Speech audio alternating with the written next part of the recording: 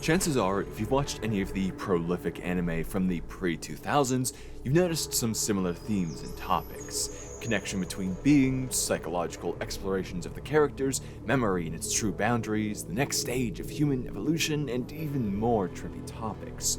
Most notably, you may hear a quite clear, direct mention, the collective unconscious. Information stored in the primordial nature of human beings, genetic information paving the way of our future, the breakdown of barriers between not just us and our history, but each other and even our own selves. This is a theory posited by Carl Jung, a Sigmund Freud contemporary, and the ideas these two bounced off of each other in the early 20th century left a profound impact on the landscape of the late 20th century anime industry.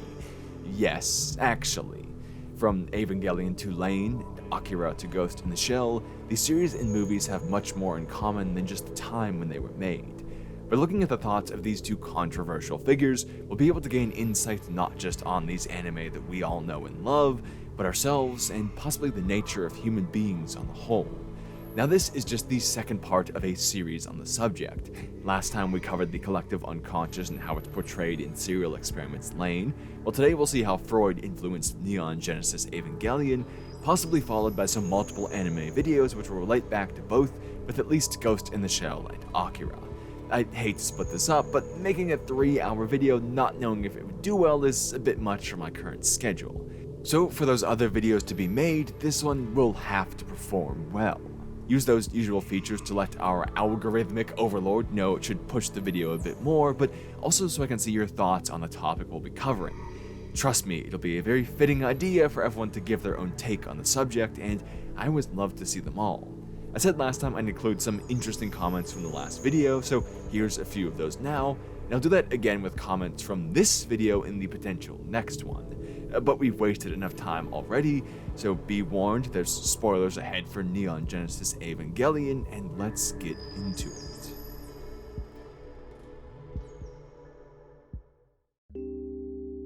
You've probably encountered some memes like this in your time in anime spaces regarding Neon Genesis Evangelion about its quite, let's say, interesting uses of parental issues and conflicts. The one I showed specifically references Freud because he was one of the leading figures in consideration of the unconscious, where he claimed many repressed desires exist and motivate us outside of awareness. Now, as with Jung in the first video of this series, we have to include a somewhat hefty warning about these ideas. We should appreciate the value that sprung from Freud's mad explorations, but move on from the specifics of his ideas for much better ones which emerged based on evidence and research rather than self-justifying conjecture. To show why, though, we really just have to get into it to explain his most influential idea, his take on the unconscious mind. This is, to put it simply, the idea that we may not know why we perform the actions we do. In essence, that we lie to ourselves about our motivations. For example, I could say I'm making these videos to encourage higher thought and education, and that sounds pretty nice and rational. I'm doing a positive, altruistic thing. But maybe I'm just doing it because deep down I harbor a desire for attention as a selfish creature seeking out pleasure. Being witnessed fulfills some animalistic desire within my instincts. This idea has two sides. Why I'm unconsciously doing what I do, and how I consciously reconcile that desire into a personally and socially acceptable manner. It's called lying to ourselves because we are honest with others as far as we know. We aren't lying to them, we're expressing what we genuinely believe to be the case, unaware of the unconscious holding our real desires. We see something like this with perception. Now, if you want a good video to explain what I'm about to say further, the card on screen will have one from the always golden Vsauce. But put simply, what we think we see isn't actually what we're seeing. Our vision takes in a small portion of our surroundings and our brain fills in the rest.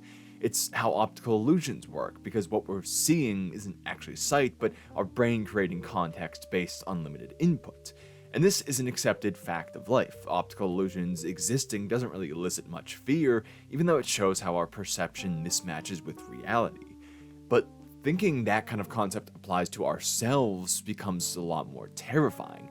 The idea that maybe our internal vision of ourselves is a small sliver of the truth, and that the rest is a false recreation developed through repression of our inner selves.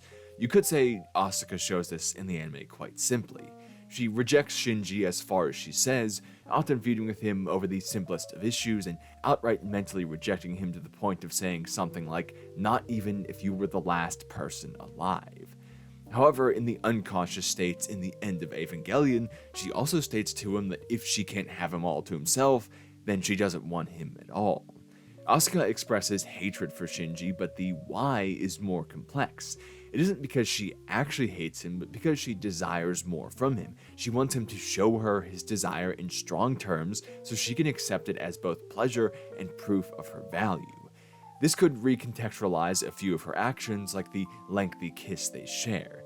Maybe it was so awkward because she secretly wished for him to take more action for her to stand up and make it a better experience for himself.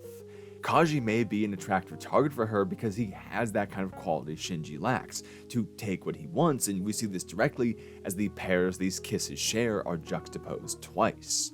Asuka's desire for Shinji to be less passive is actually because she desires him to some extent.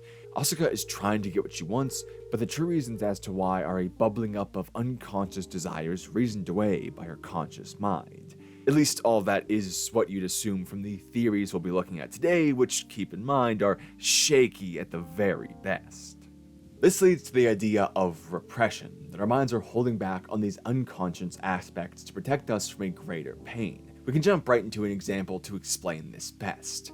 In the later episode, Shinji recalls that despite claiming to have never seen an Eva before in the first episode, he actually had seen them before on a visit to NERV with his father and mother, who both worked there.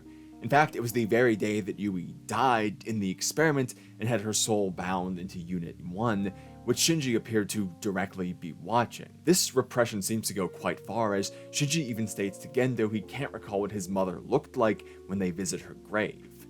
I don't think it takes much to see this safety of repression through this. What happened to Yui was a complicated mess a young child couldn't ever begin to comprehend, all of that pain rushing in at once. Now, it would be a lifelong pain to forget his mother, but it would save him the immense and immediate psyche-destroying toil of recognizing that day. To survive these brushes with immediate mental death, we spread the pain out in smaller aspects of our psyche, at least in Freud's ideas. That is why his therapy was focused on these almost aha moments. The therapist would sit out of view of the patient, asking them questions to try and get the patient to suddenly recall something which was repressed, nearly instantly solving the issues which arose unconsciously from the repressed memories or desires. In essence, it's quite similar to how we see the characters interact with their own unconscious minds in the anime. They poke and prod, drawing out reactions and chasing leads by egging on their more conscious minds to recognize these facts again and again, like how Shinji questions his own motivations in most of the scenes, eventually even saying that he wasn't abandoned, but rather that he ran away himself. By pushing into the pain, it was reasoned that we could solve it. It isn't about trying to tell someone why they are this way, but getting them, who secretly inside knows the truth, to uncover these inconvenient truths they reasoned away to avoid pain. Evangelion is like one big psychoanalysis session, even down to the TV ending where Shinji has an immediate realization, which leads him to much more positive thinking after 2 episodes worth of unconscious prodding. Fitting along with how the series is really on exploring depression, the series is basically kind of like one big psychoanalysis therapy session, which is a very interesting way to look at it. There is some truth to all this view of the unconscious. Think about walking. When you go to take a step, do you actively think about constricting and loosening all the right muscles to do so? Of course not. We probably don't even know the names of them. We don't consider every single thing we do. The hallmark case of this kind of study is Henry Molaison, a man with amnesia who could still develop new motor skills even though he had no memory of the actions taken to develop them. As such, we saw that active recollection isn't required for everything we do. The unconscious mind does exist, but keep in mind that that doesn't mean it's anywhere near exactly as Freud said.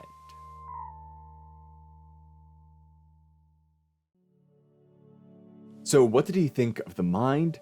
Well, it's sometimes tough to say because his opinions of conjecture changed over time, and he sometimes layered new theories over previous ones in what I'd personally call saving face. As such, we won't be covering all of them here, and keep in mind that everything from this point on is an explanation of theories that should be considered more like philosophy than psychology. Now, Freud's most commonly explained structure of the mind separates into three factions: the id, the ego, and the superego. The id comes first, being the side present at birth.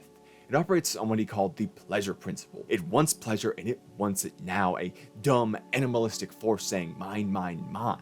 You can see why he thought this, as the actions of a newborn are all typically pleasurable ones for survival's sake. But then babies cry kind of a lot. They learn pretty quick that they don't always immediately get what they want. Freud reasoned that due to this delay in satisfaction, we learn pleasure isn't always accessible, and so we begin to develop a way to either achieve or repress our desires, which gives rise to the other two sides. The ego comes from this discovery, operating on the reality principle, trying to satisfy or give up on one's pleasures within worldly context, and this is the origin of our consciousness, a method to reconcile with a lack of instant pleasure. We think so that we can realistically achieve that pleasure that we delayed, since we learned that it required active effort. And then on the other end is the superego, containing the internalized rules we learn, like from parents or society. We are punished for certain pleasure-seeking actions, one which are deemed inappropriate or wrong, and so we develop a conscience, the little angel on our shoulder. But it's not a smart force making suggestions.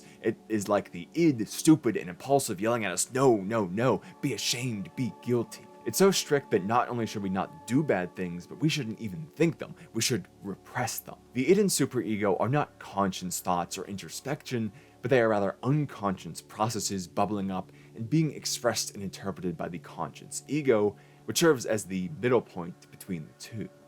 Now, this is really more groundwork. It's necessary to address more direct aspects which can be seen in the anime, but finding these three factions represented clearly isn't really possible. Now, I want to address a theory you may find that the three pilots each represent a side of the mind, commonly stated with Asuka as the id, Shinji as the ego, and Rei as the superego, but I've also seen them all reversed into other positions. I can see why people say this. Asuka is always saying me, me, me. Shinji is trying to make others happy, but still concerned with his own pleasure even if he hates himself, often acting as the middle ground between the other two pilots who are at each other's throats. And then Rei is devoid of almost all pleasure with her bare room and stoic demeanor. However, it's quite broad and you could find evidence to fit any organization of these three traits. Shinji has moments of seeking pleasure quite overtly. Asuka comes to hate herself and remove all pleasure from her life, as well as being genuinely intelligent, unlike the id is supposed to be, and the same goes for Rei, who should also be much more animalistic and aggressive rather than calm to fit with the theory. Now, there is some overlap, even if just a convenient rule of threes matchup. But I do think that's as far as we should go without more of Freud's ideas, however. We can point to specific scenes where Shinji and Asuka converse with their unconscious mind, which is confirmed in episode 20 where Shinji is described as past the ego boundary, so you see he's past the ego, he's conversing with the id and superego under Freud's theories, but I don't think there are defined lines past that to say which is the id or which is the superego in these scenes without any real meaning, and would only lead us to backtracking on elements to re-explain them later with more detail.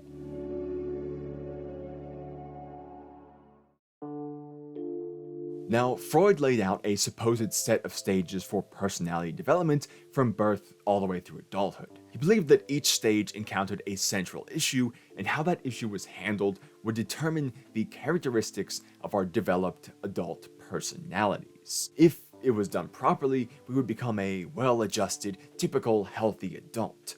But if it was done improperly, we would develop a fixation, being stuck in one of these stages and unconsciously embodying unhealthy habits to try and achieve the lost satisfaction we felt from that stage. First, there's the oral stage, which is from birth until 1 year, characterized by pleasure derived from the mouth.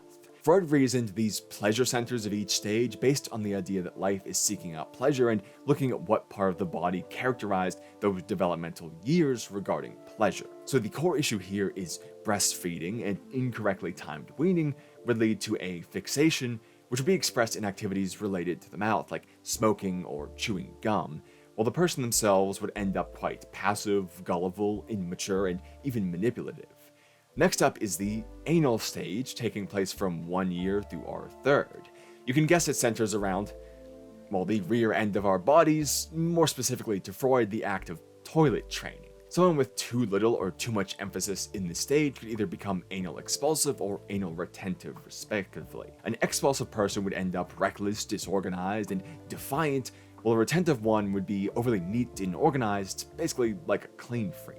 From year 3 through 6, we undergo the phallic stage, where the focus of pleasure shifts, according to Freud, to the genitals. Here he also began to differentiate between male and female, and by that I mean ignoring that women even existed for the most part and focusing on some absolutely insane theories involving sexual development. We'll come back to those in a dedicated section though, so for now just know that the fixations here are either excessive masculinity for males, or the need for attention and domination for females, as well as promiscuity and low self-esteem across the board. The last two stages don't really have much of note. The latent stage of 6 to puberty is the repression of sexual feelings, with the fixation resulting in the inability to have fulfilling non-sexual relationships, and after puberty there's the genital stage, which is just the default stage of adulthood if one has moved on from any fixations. Evangelion has a few direct mentions here, starting with the oral stage. Most notably, episode 20's second title is Weaving a Story Part 2 Oral Stage, which is the episode centered around Shinji's unconscious after he achieves a 400% sync rate and is taken up into Unit 01. We can only assume this presents Shinji as having an oral fixation, backed up further by this image used in those same 22 minutes of him breastfeeding, the core issue of the stage. The traits of this fixation also fit within his character. He is exceptionally passive, often expressly stating he'd rather please everyone by simply doing what they say and then defending that position. He can be quite gullible, at least to Asuka, who can egg him on easily, whether it's reckless piloting or the dare to kiss her. His immaturity shows when no one is watching, like calling Asuka a child after the mama scene and his own unconscious full of screaming scenes or scenes of his childhood.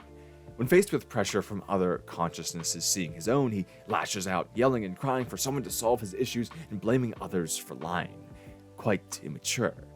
And manipulative is the least present, but seen clearly in the end of Evangelion, where he uses Asuka for his own pleasure consciously in the hospital scene and unconsciously when he begs for her help in the collective consciousness of human instrumentality. He claims he needs her, but as she says, anyone would do, expressing this manipulation. How he developed the fixation, though, is more of a wonder. Yui dies when he's 4 years old, meaning he'd be well out of the oral stage, plus she seemed to be a genuinely caring mother who would have taken proper care of a young child. So going on Freud's idea that improper weaning would be what causes an oral fixation, it doesn't really make sense because Yui doesn't seem like the kind of person who would mess that up. Now, we can see more of his character and some of Asuka's as well in the phallic stage, though. Asuka lost her mother at 4 as well, giving them each a great conflict within this state that Freud certainly would have claimed to cause a fixation.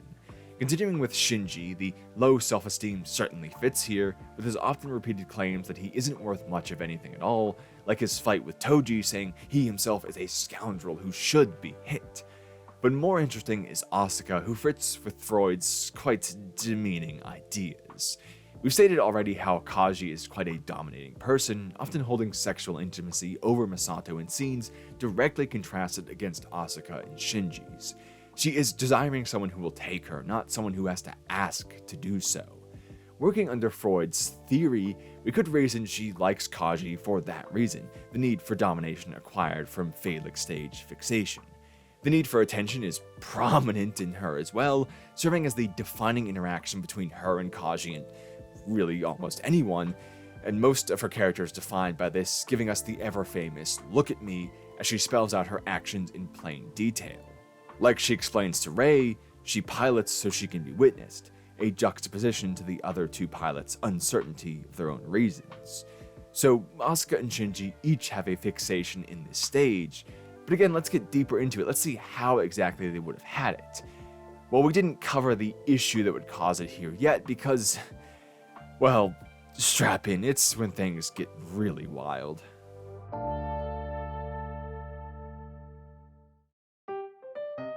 Oedipus Rex is a play written by ancient Greek playwright Sophocles, a series of 3 which survived concerning the titular Oedipus. Very briefly, it is the story of a self-fulfilling prophecy.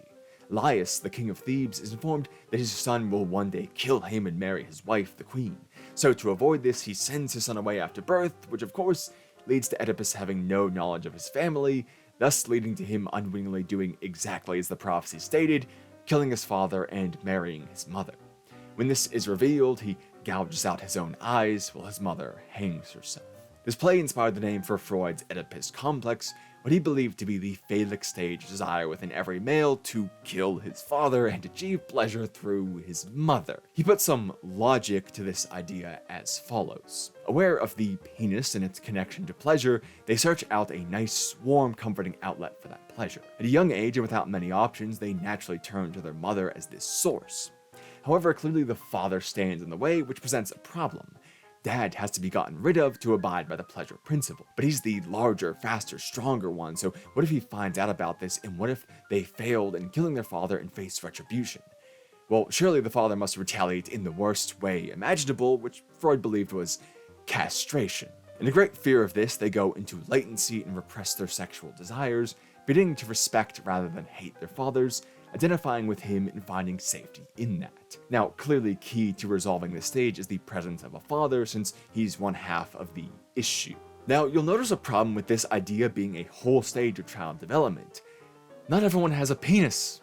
Well, that itself was Freud's answer, as he purported that females go through something called penis envy. Holding a similar thought process to the males, he believed girls must witness their lack of a penis and assume they were already castrated, leading to a lifelong sense of inferiority. With this in mind, they begin to shift their parental allegiances, rejecting their mother as another inferior being and a rival for the attention of their father, who they begin to desire in a more deep-held desire to be more masculine. If they solve the complex correctly, they'll do the same as the males and identify with their same-sex parent once more. There is even more to all of this, but it's not really worth mentioning in any more detail than this because, well, it's quite clearly both insane and extraordinarily demeaning all at once. If I mention that the Evangelion units contain the souls of the pilots' mothers, which is why they act at their own times to protect the pilots, and how the entry plugs are basically one big metaphor for the womb, then you can begin to see where this comes into play.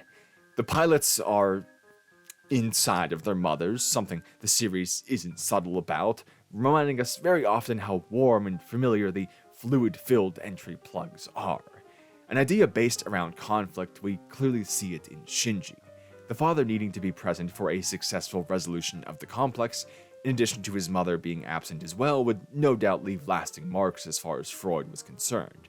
The younger Ikari holds a deep antagonism toward his father, shifting anywhere from attempting a successful resolution by accepting and seeking Gendo's praise, to going full on Oedipus when he states his hatred directly for his father. He realizes who his true enemy is after some mental prodding, within his own mind even wishing to stab the man to death as he did the angels who he thought was his enemy. And this is all something he realizes while he's physically integrated with Unit 01, the manifestation of his mother. We can see the holding of power over the younger side as well, with Gendo being able to take away Shinji's source of power at any time, which he does after forcing Unit 1 to nearly kill Toji against his son's will. Of course, this is all subconscious as well, bubbling up in actions across the series or past the ego boundary, and only directly during scenes with the unconscious. Supposedly, an unresolved complex would lead one to become aggressive, vain, or overambitious, but aggressive is the only one which really fits Shinji, and only in flashes of his more animalistic nature, witnessed in the minority of his screen time. We see more of this incestuous nature from Misato, whose relationship with Kaji is explained by herself as a reminder of her father. Drunk after a wedding, she opens up as to the real reason she left him all those years ago, the realization that what she loved about him were the traits of her father, who she claimed to hate. He left no time for Misato or her mother due to his work with NERV, and he wasn't very active in her life or even caring in general, except for one grand action, saving her life, something which would confuse her forever. Witnessing the second impact, he places Misato in the only available escape pod, ensuring the safety of her own life over his. As such, unable to ever resolve her feelings for the man, Freud would likely assess that this is the real reason for all of Misato's actions, an unconscious drive to express these feelings, something she backs up herself with his speech psychology. She joins NERV just the same, dedicates her life to it just the same, but claims these are for distraction, revenge, in reality wishing to understand the man who left her. I mention this here because it's also likely, according to Freud, some relation to phallic stage issues. Unable to ever resolve penis envy due to her absent father, she remained obsessed with him, transferring the obsession to an unconscious desire for the traits he held. It would be a complex, like any of the ones we discussed with Shinji or Asuka.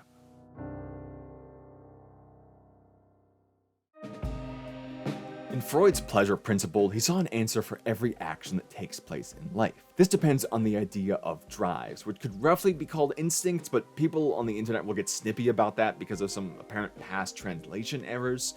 But drives are explanations for our behavior through inherent traits of the species. For example, and on topic, the instinct to breastfeed.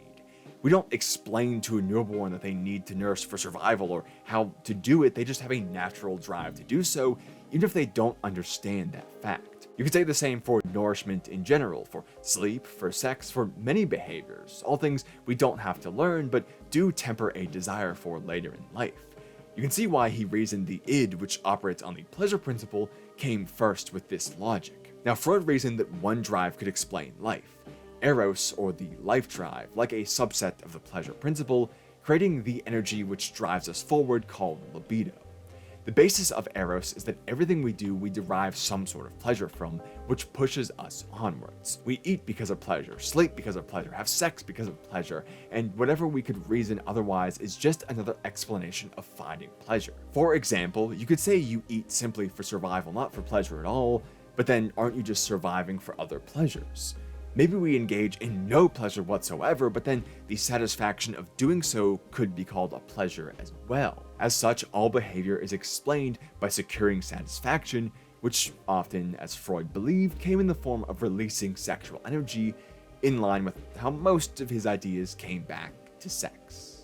And that's mostly how we see it represented in Evangelion as well. As we dive through the jumbled mess of the characters' inner thoughts, they're resolved most often as a sexual drive. Shinji sees the repetitive images of all his attractions, asking if he would like to become one with them, presenting the act as an ultimate melding of body and spirit between two people. Even in the darkest moments of the series, sex runs through as a motivating factor, like distracting Shinji of his pleas in the hospital scene. I bring this up because it shows pleasure as a reason for survival. The younger Ikari is at his worst, overcome with guilt and despair after killing Kaworu. Misato later has to drag him along as he's content to simply lie down and die when faced with danger. Yet this terrible, manipulative desire is something which temporarily breaks him from this state and forces him to some kind of action. It's also how Misato motivates him to push onwards before she dies. Now, Misato's inner exploration is almost entirely about sex, the most interesting coming in the end of Evangelion as well, where Shinji witnesses her in the act and the characters debate the real point of sex. Some say it's simply seeking the pleasure of others, while Misato calls for its higher benefits, proof of not just our value, but even of our existence itself. If you look at this with Eros in mind, it makes Freudian sense. Since the release of sexual energy is the main securer of satisfaction, the point of life itself, then sex would have the context of proving one is even alive to begin with. This also adds context to Shinji and Asuka's relationship, underlining their somewhat romantic encounters as an element of human nature itself. Since we seek such a release as the reason to exist, even two people who hate each other on the outside may still desire it from one another. It's quite a pessimistic view for the defining drive of life, but that's Freud. However, he came to witness behavior he couldn't explain through the life drive, such as the tendency to relive painful experiences or people engaging in self-destructive behaviors. This would conflict with the pleasure principle because there's no logical reason to do something with no pleasure gained under it. But what if pleasure wasn't the root? What if deep in the human psyche there was some greater form of satisfaction to explain it all? Beginning to think there may be something like this under the surface, he introduced the concept of the death drive, or Thanatos, although that second name would be added later by others. The energy created by this drive was named destrudo in opposition to libido. The death drive is quite simply the hidden, unconscious desire within all humans to die, reasoned as a pleasurable return to a simple state. Freud's ideas all revolved around conflict and tension, and how these internal tensions created anxieties within humans. Working under this assumption, it could be reasoned that a previous, more basic and thus relaxed state would be desirable. It will always be so because we are always in tension, and so the desire for it is eternal. He ended the idea with this: the most basic state we can achieve is death. It's seen as a return to what we once were, an unthinking, unfeeling collection of atoms without anxiety. And not just on the individual level as humans, but overall for life itself. It all at some point sprung from inanimate objects, a mass devoid of consciousness somewhere along the line beginning to feel, and the suffering of having higher thought. The only way to get close to that state without tension would be to remove our consciousness that sprung forth. To die. Thanatos is directly addressed in the series, with NERV members often calling out things like destrudo as rising during tense psychological scenes. We can even see it here on one of the psychographs as one of the axes, along with libido on the other. What NERV is monitoring in all their technobabble is actually the Freudian idea of consciousness. When we consider the mention of things like ego boundaries and sync rates, you could potentially read piloting an Eva as an act of allowing the animalistic unconscious forces to manifest their energy into combat. The danger line they watch out for would be the final point where such a thing is safe without destroying the ego of the pilot, which would turn them into a simple form for the id and superego to utilize. You could also see this in how the Eva Units, which contain human souls, go berserk. Now, for more view of Thanatos, it is also central to Seal's plans in the Third Impact, and we could see them as a representation of it on the whole. While they and Gendo both desire the impact, he is seeking the collective consciousness, while they want it to lead to the end of mankind. They speak to the returning of man to his true form of life and death in equal measures, and how such things will be the only peace for their souls. They desire the non-existence Freud supposed was inherent to all beings, seeking relief from the tension included within the fabric of consciousness. To achieve this, they make Shinji, who holds control over the outcome of the Third Impact, have his own destrudo rise, driving Shinji past the ego boundary so he gives into that destructive force no longer tempered by the ego, and decides to end the world. There's a lot that's interesting in there, like how the collective unconscious could be the power of God itself, but the specifics of the Third Impact are, well, they deserve a whole explainer of their own, and how it relates to Jung's idea of the collective unconscious, a video I'd love to make because it would be more introspective like the Lane video, where this one is a bit more shallow in favor of direct explanation.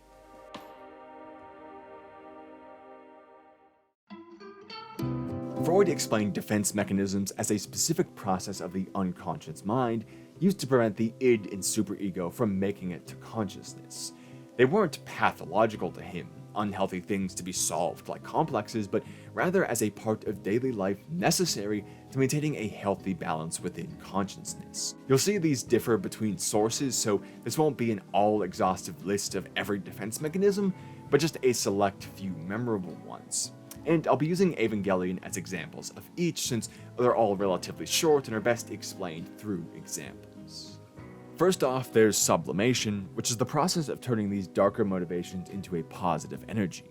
Gendo is our best example here. Feeling just as inadequate as his son, and depressed and alone at the loss of his wife, he turns the negative energy of these emotions into something he believes to be genuinely positive for all, the Human Instrumentality Project. His feelings are so strong that his act of sublimation becomes most of his action in general. Next we have displacement, where one refocuses their dark thoughts and desires into a more acceptable route. This is an id-superego conflict. The former needs to express negative energy in accordance with the latter. Now this is Shinji fighting the angels with the aggression he feels towards his father. He questions why he fights many times, culminating in the scene where he repeatedly tries to affirm the angels as his enemy, but the images slowly turn to his father instead.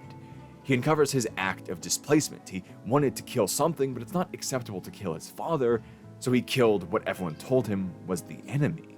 Next, we have projection, which is a defense mechanism where one places the desires they're uncomfortable with on others.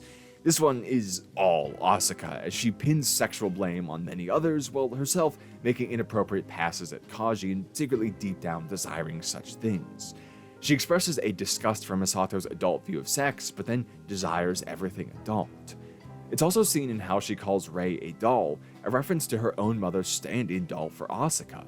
Out of this fear, she places this trait on someone else to feel like she isn't so. And this is also likely part of her chant scene, where the other voice actors read out her lines as she repeats, "That's not me." By so often placing her desires on them, the angel examining her mind actually confuses this with her true nature. Next, there's rationalization, which is the act of giving the thought or feeling of a more rational or acceptable motivation, quite easily seen in how Misato exposits about her own desire to join NERV, realizing later it was just chasing her father, not helping the world. And for one last defense mechanism, we can look at regression. Faced with a great trauma, the individual returns to a previous state of their development to cope. This is Shinji pretty much anytime he's faced with great psychological damage inside of Unit 1. He'll curl up into the fetal position in this warm enclosure before going back to the memories of his mother and his own childhood. Since he's unable to reason with everything going on, he runs from it all, runs from the displeasure to an earlier stage where no one would be able to comprehend such a thing. And that's going to do it for Freud's influence on Neon Genesis Evangelion. If you like this video or the Lane one before it, let me know, because there's definitely more topics in here I could discuss. I do still want to tackle how Evangelion itself tackles the collective unconscious, because there really is genuinely some super interesting stuff in there with Seal's plan and Gendo's plan, and basically stating that the collective unconscious and that more basic state that it represents is itself the power of God. And you can see how that interplays with the idea of Adam and Lilith, these creations of God, and angels, which the humans are one of, and there's so much interesting going on in there, and I think we can actually begin to make sense of the third impact and everything before it through that, so I would love to do that if that's something you want to see, and I think it would be a bit more deep and reflective than this video was. I called this section Freud Off because, Jesus Christ, I want to be done with this. I understand Freud, he considered the unconscious, a lot of things came from that, a lot of people built on that idea and made actual good research, but oh my god, I didn't think I'd ever have to say the phrase penis envy in a video. I want to be done with Freud. I'm honestly glad this is over, so any support on this video would be greatly appreciated, because it would help out, since this one was kind of a pain to make. Obviously still enjoyed doing it, but I wanted it to be done more than usual. So likes and comments always help. They're also good because they let me know what you liked, and comments especially because I can see your input on these. I'm sure there are going to be some people more versed in psychoanalysis than me who will add some corrections in the comments, and I do welcome that, because there's no way I could cover everything completely here. So please, I guess, basically help finish off the video in the comments there, because this is always a community effort, and I love to see your input.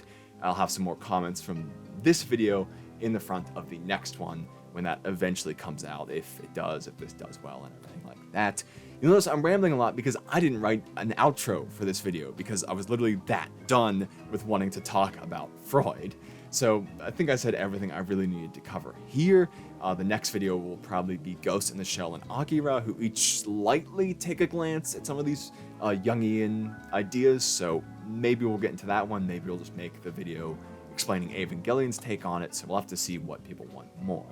But anyway, important links in the pinned comment. Twitter, occasionally post stupid things. Me in outfits, different things, if you really want that.